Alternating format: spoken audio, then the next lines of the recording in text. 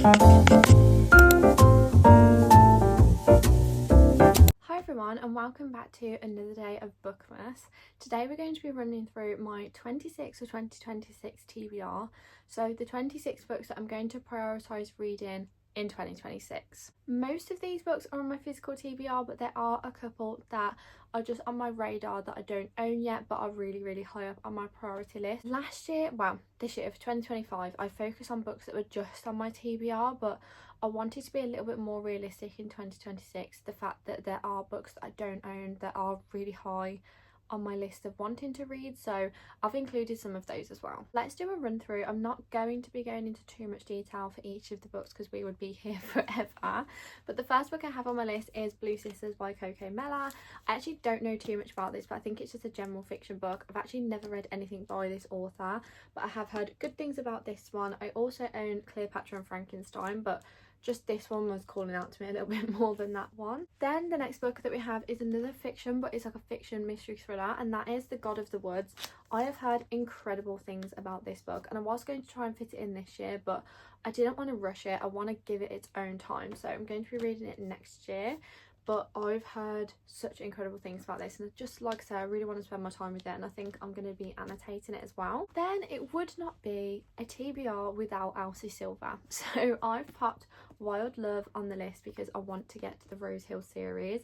I own 3 out of 4 of those books now, and I haven't read a singular one, but I did finish off the Chestnut Spring series this year, so I want to now start on another series, and this one is Interconnected, but she's also bringing out a new series next year, so I need to catch up with Miss Elsie Silver. She is writing faster than I can read. Next book is a fantasy, and that is Dance of Thieves. I actually don't know too much about this book, and I don't really want to. I go into fantasies blind most of the time. I feel like romances are fine to know about, but fantasies are just kind of like to dive straight in. So I don't know too much about it, but I think it's part of a duology. Correct me if I'm wrong. So hopefully if I read this one, I can get to the next one and then be done with that series, because as I mentioned in my end of year book tag, I do want to work on completing series next year. Speaking of completing series, we have another book to read that's in a series on my bookshelf, and that is Taming 7, which is part of the Boys of Tommen series. This is the 5th one in the series, and there is now a 6th one out, and I believe there are a lot more books to come out, but I want to get up to date on that so I'm not like falling behind with it. Then we have Conversations with Friends by Sally Rooney, which is another fiction book, and I really like Sally Rooney's writing, so I wanted to read some more of her books. I've read Normal People and Intermezzo. I believe there's this one out, and I think there's another one. Then the next book on the list is a book that I don't actually own, but it is on Kindle Unlimited, and that is the 3rd book in the Zodiac Academy series, which is Zodiac Academy The Reckoning. So I started that series this year. I am currently in book 2, so hopefully I can finish off book 2 by the end of the year, and then we can pick up book 3 next year. I do want to read the whole Zodiac Academy series, but it's more one that's just a more casual reading. I'm not rushing to binge read the whole series because it's huge, and I don't own any of the books. I only own book 1, but like I said, they are on Kindle Unlimited, so when I want to read a book on my Kindle, then those are the ones that I'm going to reach for. We have another fantasy, which is Iron Flame, and that is the 2nd book in the Fourth Wing series. I don't know if that's what the series is called, but it's the 2nd one to Fourth Wing, so I absolutely loved Fourth Wing this year. It was 5 stars, so I can't wait to continue this series and just kind of find out what the hell is going on. Then we have 2 more books that I do not own, but I definitely will be reading next year, and that is Empire of Storms and Tower of Dawn, which is in the Throne of Glass series. I've now got Queen of Shadows to read. I'm hopefully going to read that by the end of the year, but I've got up to that and I own that book. I do not own the last 3, so I am going to push myself to finish off that series next year. Then we have 2 books by Frederick Backman, and that is Us Against You and The Winners, which are the last 2 books in the Beartown series. I love Beartown, I love Frederick Backman's writing, and I've just heard incredible things about the rest of the series, so I really want to finish this one off. As I mentioned in another video, the sequel to When the Moon Hatched is coming out next year in, I think it's February, so I want to read When the Moon Hatched hopefully before that comes out, but I mean, this is a big old book and it's apparently very complex, so I need to be in the right frame of mind, not having other things going on when I read this one, so we'll see when the right time is to read this. But I think there's dragons in it, and I love dragons in a fantasy book, so I am really excited to read this one. Then there's another book that I do not own, and that is House of Earth and Blood, which is in the Crescent City series. I believe that's the first one. If it's not, let me know and I'll swap it out for the one that is the first one. I have now read the ACOTAR series. I'm planning to finish Throne of Glass, so I wanted to start a new Sarah J Maas series, and that is Crescent City, so I think that'll be saved more for towards the end of next year. I just like having a Sarah J Maas series to read. And we have another fantasy book, which is the start of another series, but also I do own the first book, so I've got to read it at some point, and that is An Ember in the Ashes, which people have said is similar to ACOTAR, so that kind of intrigued me a little bit, but I'm excited to read this one, and I've heard raving reviews. Then a book that I have had on my physical TBR for the longest time is The Secret History by Donna Tartt. I really just need to get around to reading this book at some point, so I do really want to try and read it next year because it's just been on my TBR for way too long, and everyone says it's the perfect read for the autumn time, so I try and put different books on my like yearly TBR for different seasons, so I've got something from that TBR that I could read in each season. So this is probably going to be towards the end of the year for like autumn time, unless I try and read it in the first portion of the year where it's still like dark and cozy and stuff. Then we have Talking at Night by Claire Daverley, which I've heard is similar to Sally Rooney's writing, and people just rave about this book all the time, so really excited to get to this one. And I do look at it all the time on my bookshelf and think I need to read it, so next year is going to be the time. Another book that I don't own but I do really want to read next year is The Favourites. I've literally heard amazing things about this book, so I really want to get to it, and I'm just intrigued by the whole like ice skating documentary style aspect of the book, so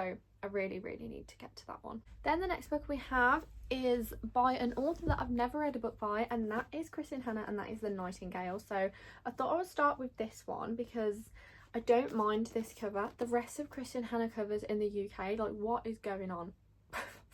Why are we given these? Have you seen the American versions? I refuse to buy the UK one, so this one was actually not that bad, so that's why I bought this one instead of the others. But also heard amazing things about Kristin Hannah. I want to start getting into her books and reading the backlog that she has, and again this kind of gives like historical fiction, so that's a different genre as well. I want to branch out a little bit more into historical fiction, so I think she's the author to do that with. Then we have Don't Be in Love by Liana Cincotti. So she is the author of Picking Daisies on Sundays. We finally read Picking Daisies on Sundays this year, but this one is based in London, and I just love books that are based in London. I don't know why, but I just do. So I really want to get to this one next year, and again this gives me a little bit of like romance palette cleanser to the huge amount of fantasy that I'm realising I've put on this TBR. Then the next book we have is by an author that I have a love-hate relationship with, and that is Taylor Jenkins Reid, and that is Atmosphere. But I think I might enjoy this one a little bit more because it's about space and it just seems a little bit more interesting. I read The Seven Husbands of Evelyn Hugo. Don't get me wrong, I didn't hate the book, I enjoyed it, but people really rave about it and said it was like really shocking, big plot twist. I just knew what was going to happen, so I was like, I'm not seeing the plot twist. So it didn't shock me as much as everyone else, and I think that's why I didn't enjoy it as much as everyone else. So I need to try another Taylor Jenkins Reid book, and this one is going to be the one for me to try. Then we have a book which is again the start of another series, and I just need to read this book and just see whether I'm going to enjoy the series or not, and that is Addicted to You by Krista and Becca Ritchie. I don't really know what else to say on this book apart from I just need to read it and see if I'm going to like the series or not. Then we have another book that I'm unsure on whether I'm going to like, and that is Tomorrow and Tomorrow and Tomorrow by Gabrielle Zevin.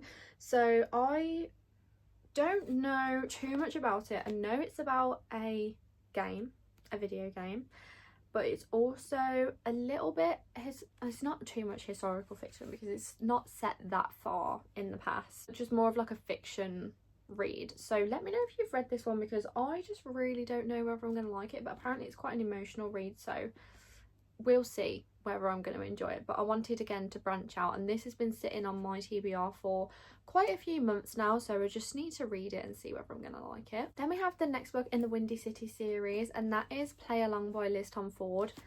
Not the next book, I have caught up to read before that, but hopefully I can get to that maybe the end of this year, I don't know.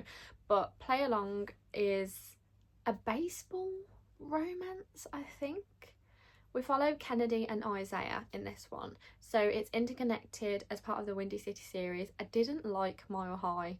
I would just recommend skipping over that book personally, because when I read The Right Move, like the drastic difference, I really enjoyed that one but really didn't enjoy Mile High, so I have higher hopes for the rest of the books in this series. Then we have the next book in a Good Girl's Guide to Murder series, and that book is Good Girl Bad Blood. I also owned the last one, but I've just popped this one on the TBR for now, and I really enjoyed the first one, so I'm really intrigued to read the next one and kind of see where the story is going. I liked the mixed media in here, like the reports and the clues and all that sort of stuff, so if you haven't read this series, I highly recommend giving it a go. And then the last book is also another fantasy, and that is Nightbane, which is the second one to Lightlark by Alex Aster. I just need to get to this one. I read Lightlark last Christmas time, I think, but yeah, I need to just get to this one and give it a read.